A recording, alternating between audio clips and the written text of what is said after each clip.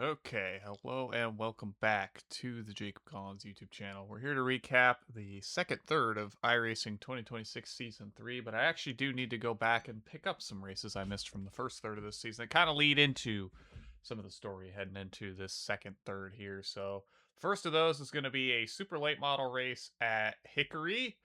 Tried this in the open setup series, qualified outside of the front row, got shuffled back to, I believe, the third spot. Um, on a restart, picked up the throttle with the leader, just made it by the car on the outside, got passing under yellow because I guess I did it so early that I passed under yellow, so I had to serve a drive-through penalty. Got back to one lap down, finished fifth. Not too much to say about this. I wouldn't have had the speed at the front, regardless. Over the course of the long run here, more than likely, I'm still not super comfortable with the super late of recent, so I figured I'd at least try to give this a go while it was here, but definitely not a car I think I need to get back into. I have wins in both fixed and open from prior tracks I picked up. I believe fixed was South Boston, open was Thompson, so I don't really need this car series anything for anything but the track, so figured I'd throw this one in here. So it's just an unfortunate race. Not too much to be said about it otherwise. And then I had another Legends Road Cup race at Okayama I had missed where I dueled Aiden King for the whole way through and managed to make the move stick coming to the line. Don't really remember. I think we were side by side off the final corner. I just managed to hold the inside lane and stay far enough off of him to take the lead. 6 thousandths there. Not the closest finish we'll see in this episode in terms of races, although it will be the closest in which I actually win the race. So foreshadowing there. We move into week 5 properly this time. Starts off with a Legends Dirt Legends race, sorry, at I-55 here. Standard fare here. Not too much to be said about it. Qualified on the pole. Lights to flagged it. Nothing too crazy really happened in this one. Don't really know what happened to Hunter Jordan in this one, but there was a 7 car field and I walked away by about 4 seconds before the end of it and picked up a win here. So another win at I-55. Not too much to be said about that, but it's Dirt Legends. It was a solid race there to kick the week off. Moving into that evening, I picked up my win in the Indy next at the Nashville Superspeedway. This one's a bit of a sore spot, I think, because I believe it was the 8 machine of Andrew Bradbury had kind of cut down off the high side coming through turns 1 and 2 on the final lap, and I rolled out to about half throttle and stuck it there and was somehow still picking up speed despite not accelerating in the middle of the corner and got into his right rear tire and then, throttled up to get out of the way behind him, and he thought I had intentionally wrecked him, and I'm sorry, I shouldn't be multiple miles an hour faster than you, half throttle, trying to roll out of the throttle to stay off of you, but that was that one. So he was convinced I had wrecked him intentionally and was going to protest me, which, as everybody knows, if you say you're going to protest somebody, that is against the sporting code, as that is a threat, as far as I'm aware.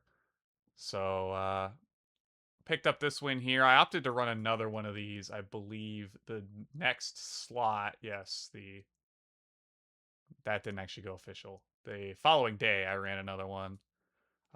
This one was much more straightforward. Lights flag from the pole. Convincing fashion there. Not too much to be said about it otherwise. So I picked up 2 wins despite only needing one. But regardless, Indy next at the Nashville Super Speedway is done. And then we move on to another race the following day, which would be Indy next at Motorsport Arena Oschersleben. This, I believe, is now my highest strength of field win on the Formula Road side of things, 26-16. Got the pole, launched away fairly cleanly. I believe, don't remember exactly the order of events here. I believe Harrison Seeley spun coming through the left-hander on the first lap and lost a bunch of ground there. And then I want to say it was Mackenzie Price spun, or no, it's Sergio Galistio spun off the right-hander, kind of the long right-hander that leads toward the chicane. Got sideways in front of Mackenzie Price. Mackenzie shot up into the air and crashed, unfortunately, like to the point where it was not repairable. Sergio was able to carry on somehow.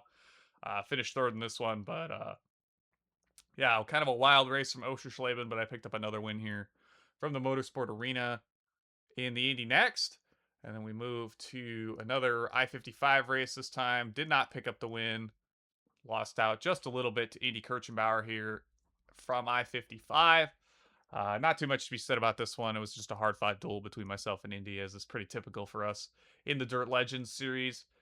Um, Picked up some decent points in this one, 147. That was my best points for the week, as this was only one of 2 races I ran this week. Would have been nice to pick up another 21 points, but especially now that I'm inching towards the 1,200 point mark on the season, with all 8 weeks counted so far. But we'll still hopefully achieve that one way or another before this season closes out. So then we head to USA International for week 6. Week 5 was kind of light on races. I ran a total of 29 races since the last episode that concluded week 4. So we ran Dirt Legends at USA. This is a fairly busy week. I managed to pick up the win over Colby Jackson. This was the slot I ran on Monday night prior to the Indy Next Road Series broadcast. It was a good, hard-fought duel between myself and a number of cars. I just was fortunately in the right place at the right time, committed to the high line, and was able to stay ahead of Colby coming to the line. Picked up a solid points haul here. Not actually the best points haul I picked up this week, all things considered, which is pretty staggering to consider this was a 3,000 strength of field and I won the race. We'll get to that in due time. Second attempt at Hickory got made, and the Tuesday following this, found some guys running SK Modified Fixed at Hickory. Qualified third, managed to pick up second spot within the first couple laps. Had to battle for that a good bit. Wound up side by side with Blake Dorney for kind of lap 20 to 30 or so, maybe a bit longer than that. Managed to work my way, on the inside, kind of banging the Nerf bars next to each other, working my way through the corners.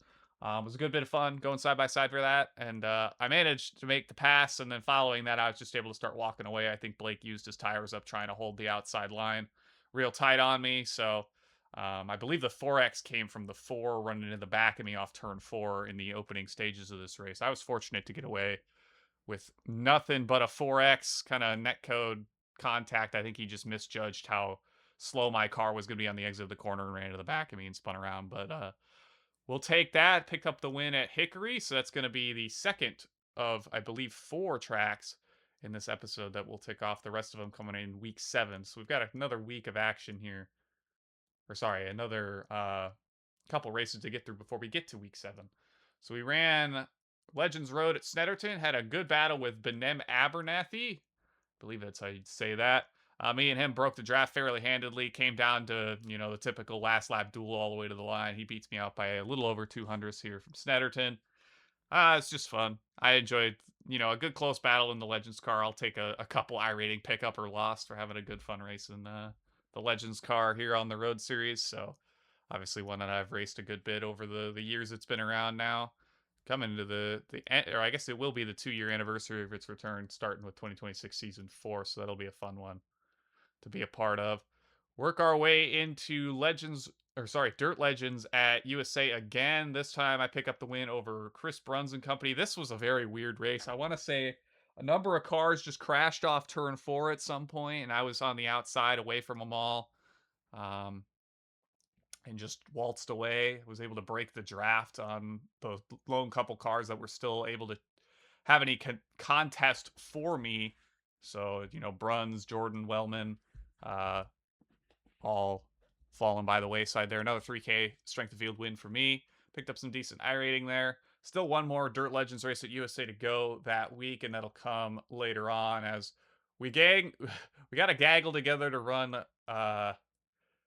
Renault Clios and PCC at Gateway. I was just the one that was in the right place at the right time and got through traffic with no issue. Jarrett was leading the bulk of the race for our class here. Got collected with a Toyota at some point, and I managed to make it to the front stay ahead of Micah. I passed Micah before that incident, I believe, but Micah got held up with lap cars worse than I did, and I just cruised along, picked up a win in the Clio at Gateway. Didn't really need either of these, but it's fun to have won at the I guess the somewhat now famous Gateway Road Course that had only been used prior to this in the USF 2000 series, well before I was ever the community manager for it. But fun little tidbit for that one. And then lastly, we've got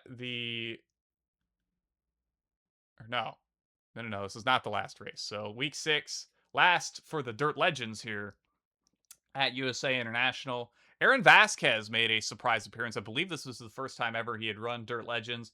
Came down to myself, and I believe two driver, or I guess it's Twisted Setups with Vasquez and Bruns that were running the same deal. Bruns pushed Vasquez on the outside off the final corner, and there's nothing I really could have done. But it would have been a nice Discord bio footnote to have beaten Aaron Vasquez on pure merit, if you will. But uh, not too terrible to have gotten this close and come up just a little bit short. 700s. Another close finish in the Legends car. Can't ask for too much more. Ultimately, the worst points I think I scored for the week was finishing second here. I won the other two races I ran, but finishing second to Aaron Vasquez by that close of a margin, and that kind of race was certainly a bit of a highlight for me that week. And then lastly, I had a great battle with actually yeah, there we go. I tried to get a number of Motegi races to go, but ultimately it was this one that went official. Started fourth. This was a very, very tricky track to get around. Um, Arguably felt like the worst track conditions we had probably experienced in a while in this series. Came down to the last lap between myself and Ethan Brown. I had fallen a bit behind just trying to stay on top of things. I believe Van de Wacker had throttled up and spun at one point. Same thing with a couple other cars in here, just struggling to get the power down. I believe he had spun off the exit of the first corner or the second corner. I don't really remember. He throttled up. Maybe it was the final corner. It was the final corner. Whenever he did that he throttled up and spun around. So it came down to the 1v1 between me and Ethan Brown.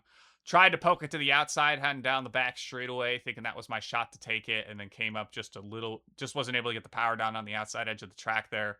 Because if you're familiar with the Motegi road course, you head down the hill into that right-hander, and you get hung out on the outside of the track. It's really hard to get the throttle down and still hold a steady line through there.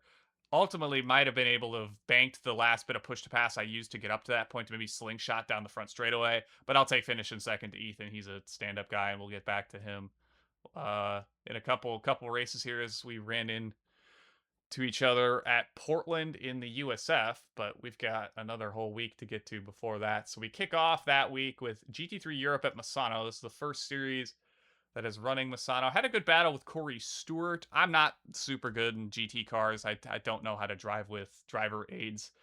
And the Mustang was brand new to me as of this week. I had never driven it before this, so this was kind of my introduction to Mustang Cup, if you will, which will definitely go in my favor in a couple of races here, as I can allude to there. But Unai Ortiz was on an island all on his own. I want to say Luis Cajillo Junior had some sort of technical problem where he just parked it at some point and stopped. He would have likely been faster or beaten me out, but ultimately finished second here. Not a bad way to start off the attempts at Misano here, and we'll get to that again in due time. So try to get another race there at Misano. Ultimately, that one didn't go official. Went and ran Indy next at Scuba. Myself and Indy Kirchenbauer had a good battle all the way through. Indy picked up the pole and led every lap up until the final one, heading through the second hairpin. He spun. I almost spun to his inside, but I managed to hold on to my car, keep pointing in the right direction, and pick up the win here at Scuba. So I believe this is one of a number of tracks that I might have a win in every rung on the road to Indy. But it was a good bit of fun getting a race with Ricky Paz and John Stellard, or I guess Sean Jellard. My apologies. But nonetheless, good stuff for that one. Work our way through that race. Another win in the Indy Next Road Series never hurts, but it's not something we necessarily needed. Picked up a win at Lernerville to kick off the week over Indy. Indy sold in kind of typical fashion, just got misjudged with some lap cars, and I managed to get out ahead and pick up the win here at Lernerville. Made it over 5,000 dirt oval iRating. It was the fourth license I've hit over 5,000 on. I had 5,000 on 4 licenses for a little while here, but we'll get to that as we get closer to the 8th week of the season here, what happens with that. Picked up a win in the Legends Road Cup at Alton Park Fosters with the high slop chicane. Felt like the chicane here added a good bit of something to keep the racing a bit more interesting. Robert Campus had kind of struggled and made a spin at some point. Jake Boyd had some similar issues just trying to get the power down and was sliding around all over the place. I ultimately kept it clean, worked my way through, I believe there was some lap traffic in this one, and was able to pick up the win. Another win at Alton Park. Another new configuration to have picked up a win at, and we'll talk about that to close this episode out. And then it came down to everybody wrangling me to come run Pocono in the IndyCar Fixed Series. This is Fixed Sprint. So this is technically my highest strength of field win of all time at 3,906. But I did have to earn it to some extent. I did go head to head with Marco Brazil here, who's kind of known to be one of the fastest drivers in the IndyCar at Pocono.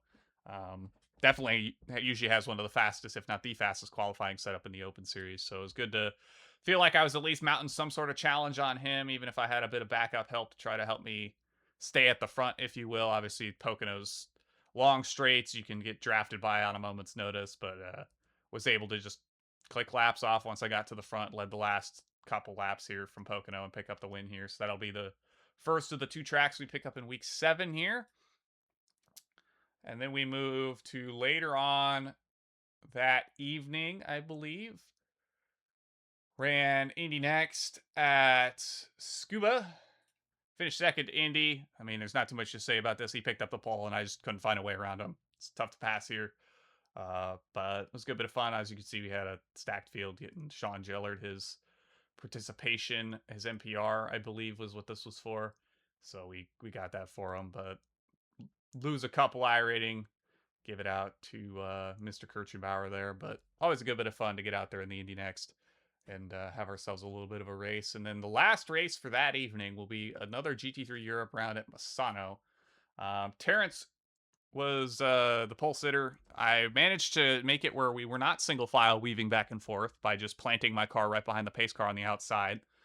I was able to kind of take advantage of the Mustang getting a bit up to temp on the tires better on the opening lap and made my pass kind of through the back half of the track. I got alongside on the inside once you kind of get started down the back straight, kind of triple right-hander at Misano here. Got to the inside, managed to keep my car planted on the inside, make the move stick on the exit of, I believe, the final tight right-hander. Took the lead, never really looked back because the following lap, Indy had kind of dived into the same corner that starts off that triple right. Got into the back of Terrence and sent Terrence for a spin. As you can see, they collected a lot more incidents than I did here at Misano, so I just kept it clean, kept it steady at the front. Never really panicked or looked back. I mean, my pace was comparable with Terrence's, even if he was, a ways behind me given the incident. But it was good to get the Misano one out of the way. I know how difficult it was probably going to be to get a race at this track, especially at venues or series or cars rather than GT3. So this is my first win in GT3 Regional Tour Europe, as well as my first win in the Mustang, because the only other GT3 win I have is in the Ferrari GT3 car back when Ferrari Challenge was the GT3 car and not the 296 Challenge car back at the Mid-Ohio Sports Car course, which is also my only win at Mid-Ohio. So I believe we got one more race in, two more races in that week. Might be a couple now that I'm thinking about it. It's 2. So we've got the Global Fanatic Sports Car Challenge at Willow Springs. Jarrett was looking for a race in this one. We got some help with Kyle Clenworth joining us as well. Mike Rogan and Chris Nichols, who were kind of the who's who of this series, were here. Jarrett managed to take the lead after Nichols had made a mistake at some point throughout the race and then just kind of waltzed away from there. I opted to show up in the Kia and just drive around and not cause any problems because I didn't feel super confident in the Cadillac, and I just wanted to make sure we got a race. So I stayed out of everybody's way, clicked off some laps, only went 1 down. I don't feel like my pace was super terrible, but I'll obviously never really know because I wasn't racing anybody in class, but just a fun race. Good to get Jarrett a win here at Willow Springs. And if we go further from there, we have one final race at Lernerville in the... I feel like there was another one I missed. There was one more I feel like I missed. Let's see here.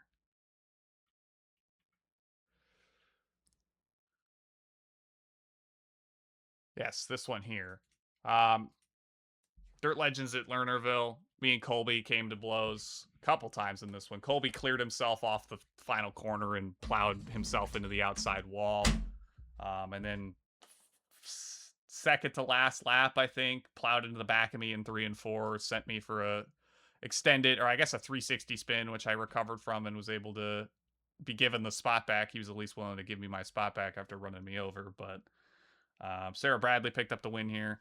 Not too much to say about it. It's another Dirt Legends race where, you know, one over your head move, not really knowing where the cars are around you, goes astray, and I became the victim of it, which will not be the last time this season or even this episode regarding that.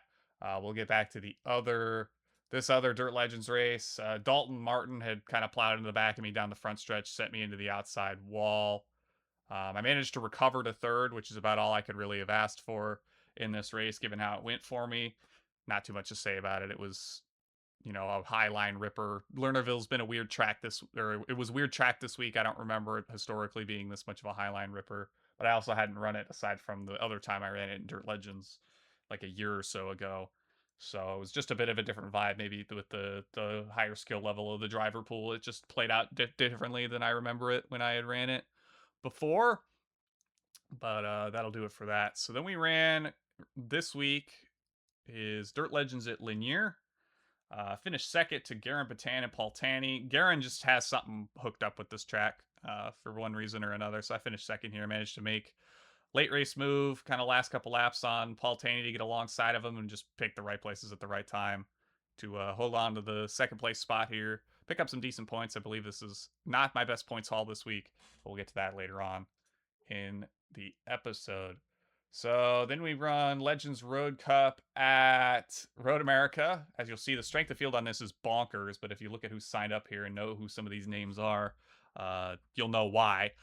I don't know exactly how the crash on the final lap started, but Max R. Brady at least took some accountability or responsibility for it. He had spun backwards in the grass going towards turn 5 and basically turned into a bowling ball and wrecked the bulk of the field, leaving myself, Jeremiah Zanella, and Junsa Lim, if that's his name. Might be slaughtering that, but came down to a 3 wide battle to us coming to the line. I picked the line closest to the flag stand, trying to hook a straight line there, and just fell up that little bit short, 2 thousandths from picking up what would be my highest strength of field win of all time by some margin here in the Legends Road Cup at Road America. Would have been fun. I believe, the only car to set a qualifying time in this race, but didn't lead a single lap because just how strong the draft is and having multiple cars working together. It's definitely better than when you stuck out there by yourself, but it was fun. I ran a couple more of these because this was the week of my birthday here at Road America, so we'll take what we can get here in this one. So just 2,000 short from picking up the win here. Still picked up some considerable points, which we'll kind of get back to later on in this episode as well. Following that, ran another Dirt Legends race at Lanier. Hunter Wellman, I'm pointing the finger and not rejecting the blame. Because Hunter dove it in inside turn 3, just launched it on me, smacked me dead center in the door and spun me. Basically collected the whole field behind us. And that was that.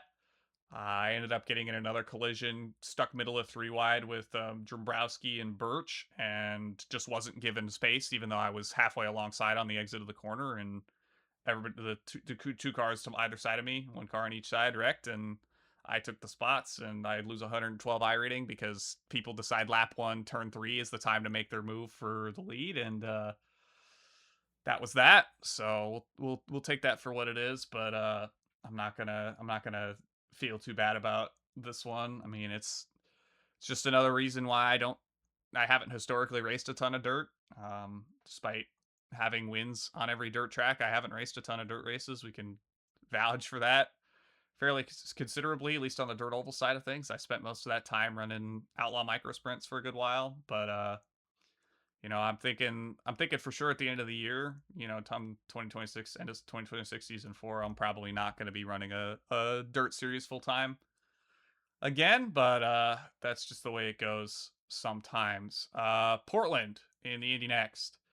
I got a field in the middle of the day, I believe yesterday, and picked up a win. Lights the flag from the front. Not too much to say about this one. I mean, I encountered lap traffic, lapped them fairly easily. Nothing really to say about this one. My pace was fine. Just one of them deals. I don't know. It sucks because like I want to have competitive races every once in a while, but at this point I'm being a beggar and I can't really choose what I get here running midweek or midday Indy next. But I at least needed to get a race in here at Portland because I wanted to make sure that I didn't have to run, say, the likes of Daytona later in the season, amongst other things. But uh, it is what it is. Lights to flag. Another win at Portland. Believe that actually makes it that track. I have wins in all three rungs for sure. I can almost guarantee that. Another Legends Road Cup at Road America. Finished second to Colby Jackson. It was myself and Indy versus Carson and Colby. It was the 2x2 pairs kind of working together, trying to make something happen. Indy pushed me real hard coming down into turn 5. I believe on the last lap, I picked up like 8 mile an hour and got sent into the grass and struggled to try to keep it on the track. But when you're bump drafting so hard, you get 4X's down the front straight here at America. I mean, it's an SR loss. Like you're just taking SR losses no matter what. That's pretty much what you have to do to race this combo this week, which kind of sucks, but it is what it is. It seems to be decently popular. We'll see how the turnout's been come the end of the week, but I've had my fun with it. I had my fun with it last night, or I guess the bulk of yesterday, running a couple slots of it, but not too much to say about it otherwise. Coming up just short again. I think Carson had kind of blocked the lane that I had maybe any opportunity to try to actually get a shot at Colby proper down the front straight, coming to the line, but what can you do? It's pack racing at its finest. But that's that. Ran one more Dirt Legends race yesterday. Myself, Jarrett joined me for this one. The only real thing of note for me in this one is Chris Bruns decided he needed to pinch me on the exit of turn 2 and wreck himself. But I mean, I'll stand by that on earnest because I don't know what he was expecting to have happen when I'm halfway alongside of him on the exit of the corner and he drives straight directly in my line of traffic. But what can you do? Finished third. Tanny and Giglio just blitzed us. They've got something that I don't here. Lanier's not my strongest track. It's probably my weakest track on the entire schedule. And we run it twice, so that doesn't help. Fortunately, this is the second visit to the track, but pick up a third place finish, pick up some decent points, puts us closer to that all important total for the championship. And then USF 2000 at Portland. I was just trying to make sure this series got a race this week.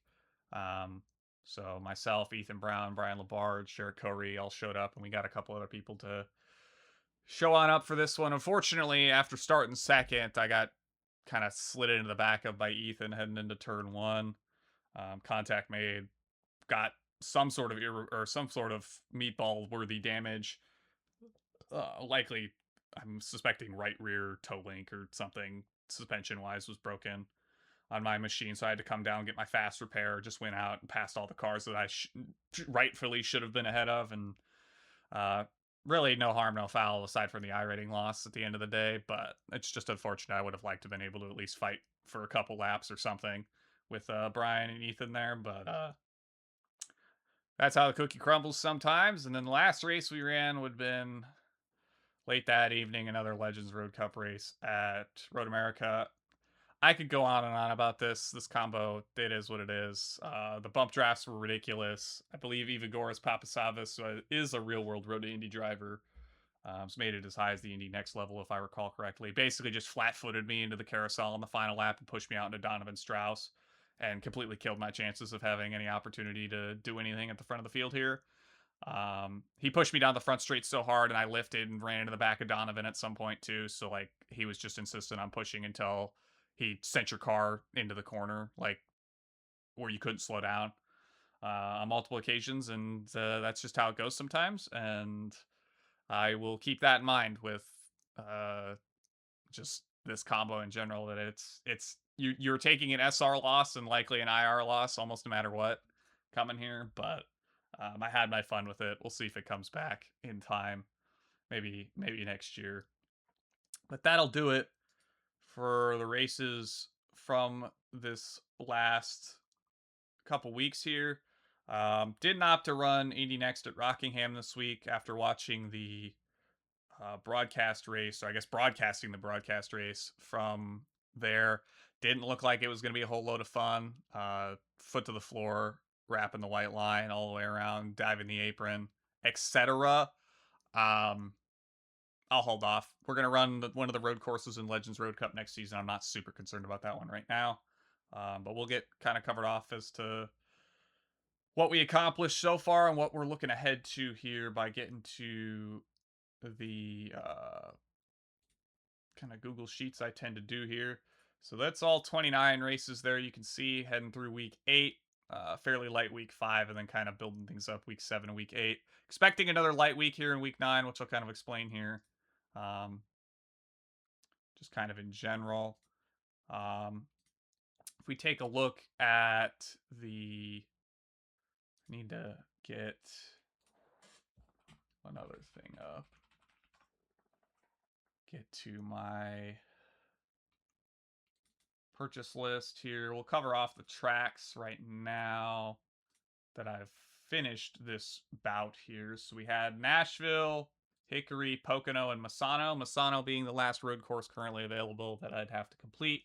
I'm expecting there's going to be maybe a one or two more before I finish this one, but it was nice to not have to worry about another road course, especially with Misano being as objectively unpopular as it is. Was nice to get that one alongside a new car, which I could pick up for the Alien.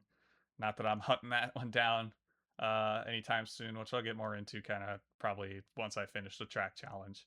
My hope, anyway, as to what I'm doing with that one. But so yeah, Nashville Superspeedway and the Indy next. Picked up then the win at Hickory in the SK Modified. Oh yeah, one thing I wanted to touch on with the SK Modified, it is much harder to qualify that car than it was pre-update. The cold tires are very, very rough.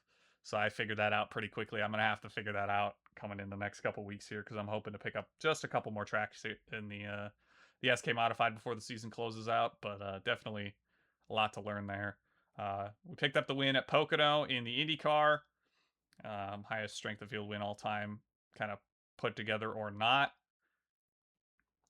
You always need help at a big draft track like that, so it's nice to get that one out of the way with some friends who are at least backing me up and giving me some good confidence heading into that one. And then obviously Misano with the Mustang GT3 in the GT3 Regional Tour Europe. And then if we look at tracks left to go, it's just ovals. We got 8 ovals left. Chicagoland, Darlington, Dover, Myrtle Beach, Phoenix, Rockingham, Talladega, and the Bullring. If we kind of look at what's coming up for those, this is just looking ahead here. Indy next will be taking on Darlington this coming week here. My hope is to be able to pick it up this week. We'll just have to see. It is showing up on the schedule again next season for that series, so if I don't pick it up this time around, there's another opportunity there. But seeing as this is a fairly golden opportunity, as I don't have a ton else going on this week, I don't have to run Indy next this week. We're heading to Montreal. And then Legends Road Cup will be at Charlotte, which will be probably a decent one to come out for. Aside from that, then we've got the SK Modified at Myrtle Beach in week 10. That'll be another trip for the SK Modified. Week 11, super late models at the Bullring, Gen 4, and then the Truck Series are at Darlington. Don't really want to do that in a fendered car if I don't have to, but we'll just have to wait and see. Silver Crowns at Phoenix. That's the only series running Phoenix this season, but who the heck knows if that's going to get tons of races, and I don't think I'm going to be willing or able to put in the prep work this time around to try to pick up the Silver Crown at Phoenix. Week 12 is kind of the long extended one. IndyCar at Chicagoland, Junior Oval Challenge, the lone appearance of Dover the whole season will be there. SK Modified at the Bullring, and then super late models at Myrtle Beach, and then Cup and Xfinity are at Darlington for, I believe that'll be the Southern 500 weekend. Looking at point standings, you'll see I've added some things here just compared to my closest championship competitors in both the Legend Series, but kind of asides there. You'll see good points hauls in all 3 series that we've been focusing on this season. Indy Next Road, we're sitting on 762 with 7 weeks counted. Kind of rough weeks that start off the season. Then we picked up a bit of steam, hitting the triple-digit marks the rest of the way through. Was likely in contention to win every race Mid-Ohio on forward. So we'll take that in terms of being competitive, especially just given the competition, especially at Mid-Ohio and Motegi. So that series heads to Montreal, and then we got Chicago, Daytona, Laguna Seca. Probably going to run either. Probably going to stick my round at Laguna Seca. Maybe run Daytona if I feel like it. I'm not interested in running Chicago Street.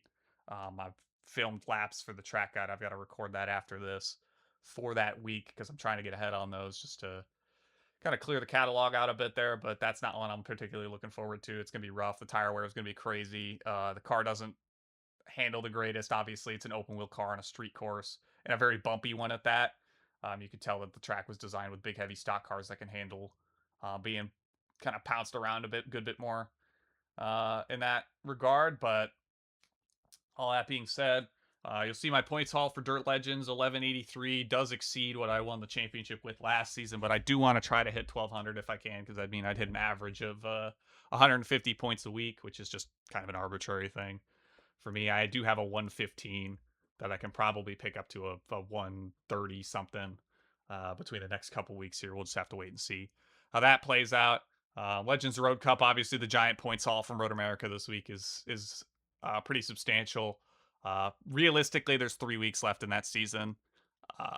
Misano, I don't imagine is going to be super popular for the obvious reasons, but I am hoping to still get a race there at some point throughout that week. I do plan on having a couple more days available to me to pick up tracks and do stuff that week in particular, just because I think that that's the opportunity that I'm going to have for a lot of stuff. And that's about it. No more uses of Talladega this season. Heading into week 9 here. So even if I wanted to pick that up, I can't anymore. So I'll have to wait until next season, but there'll be some decent opportunities there. Obviously, we've got Chicagoland in the IndyCar. You got Darlington showing up a couple times throughout the season. It's just going to be a matter of trying to pick off as many as I can. My hope is to get down to 5 tracks. As you can see, there's realistically 1, 2, 3, 4, 5 tracks I can pick up this season. So if I could pick up 3 of these, that'd be great. If I could pick up more of them, that'd be even better.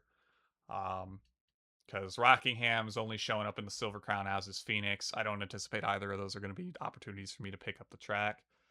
In either case, just not feeling up to that task right now.